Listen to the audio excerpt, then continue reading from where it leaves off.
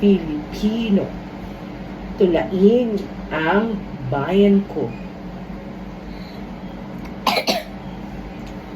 Bayan ko, my country. Ang bayan kong Pilipinas. Lupain ng ganito't bulaklak. Pag-ibig na sa kanyang palad. Nag-aalay ng ganda't bilat. At sa kanyang lumi at ganda, layuhan ko ay nahalina. Bayan ko, binihag ka. Sa lang sa lusa. Iban mong may layang lumipat, kulungin mo't umiiyak. Bayan pakayang sakdal dilat, ang di magnasang makaalpas. Ayun. Ang Pilipinas kong minumutya, pugan ng buhat ko dalita, aking adhika, makita kang sakdalaya. Ano ang ibig sabihin ng kantang yan para sa iyo?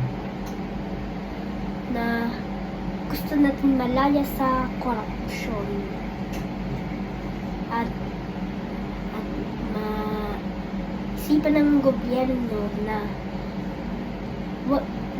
kulungin na ang mga kurakot na napasan tuloy ang salari. Pwede mo bang bigkasin ang Pilipos, Kabanata 2, talata 1 hanggang 4? Hindi ba't masigla kayo dahil kay Kristo kayo? Hindi ba't masaya kayo dahil alam ninyong mahal niya kayo? Hindi ba't may mabuti kayong pagsasamahan dahil sa banal na Espiritu? Hindi ba't may malasakit at pangunawa kayo sa isa't isa? Kung ganoon, nakikiusap ako na lubusin ninyo ang kalalakan ko. Magkaisa kayo't magmahalan sa isip at layo. Huwag kayong gagawa ng bagay dahil sa sariling hangarin. Kayo magpakumbaba kayo't at ituring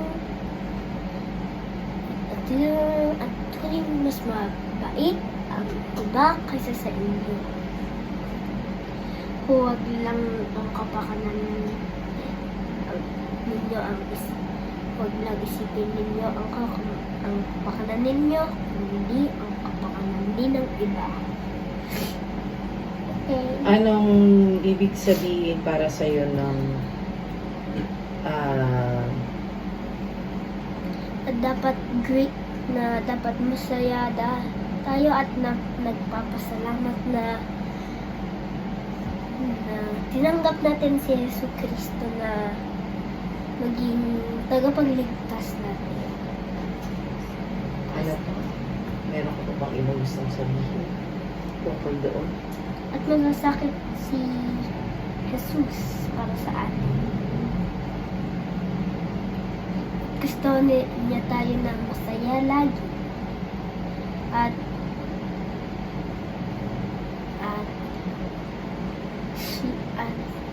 hindi siya madali magalit dahil lagi siyang masaya.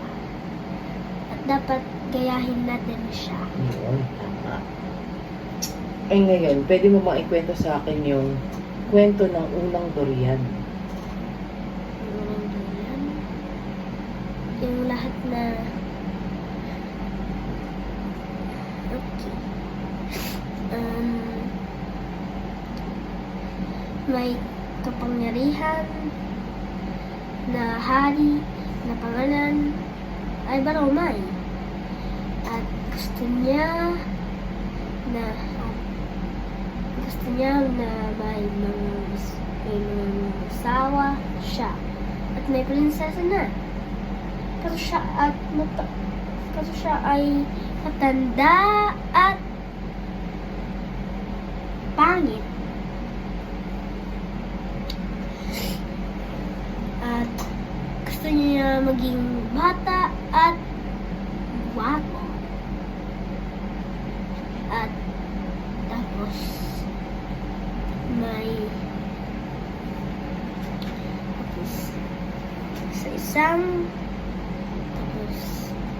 isang tao niya na may sinabi na may kilala siyang ermitanyo na may ermitanyo siyang kilala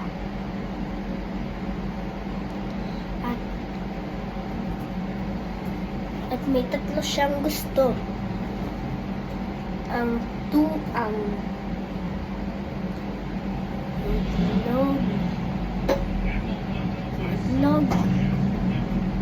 itlog, gatas, at bulaklak.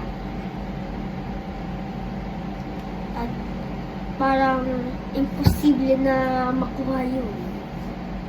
Tapos siya nagbubuntong hininga. Yan lang.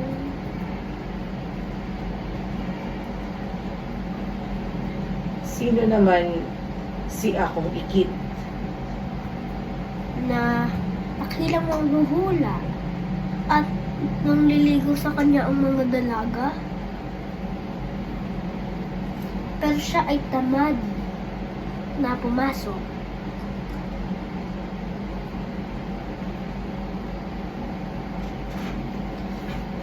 At puro gala siya. At gala siya ng gala. Yan lang.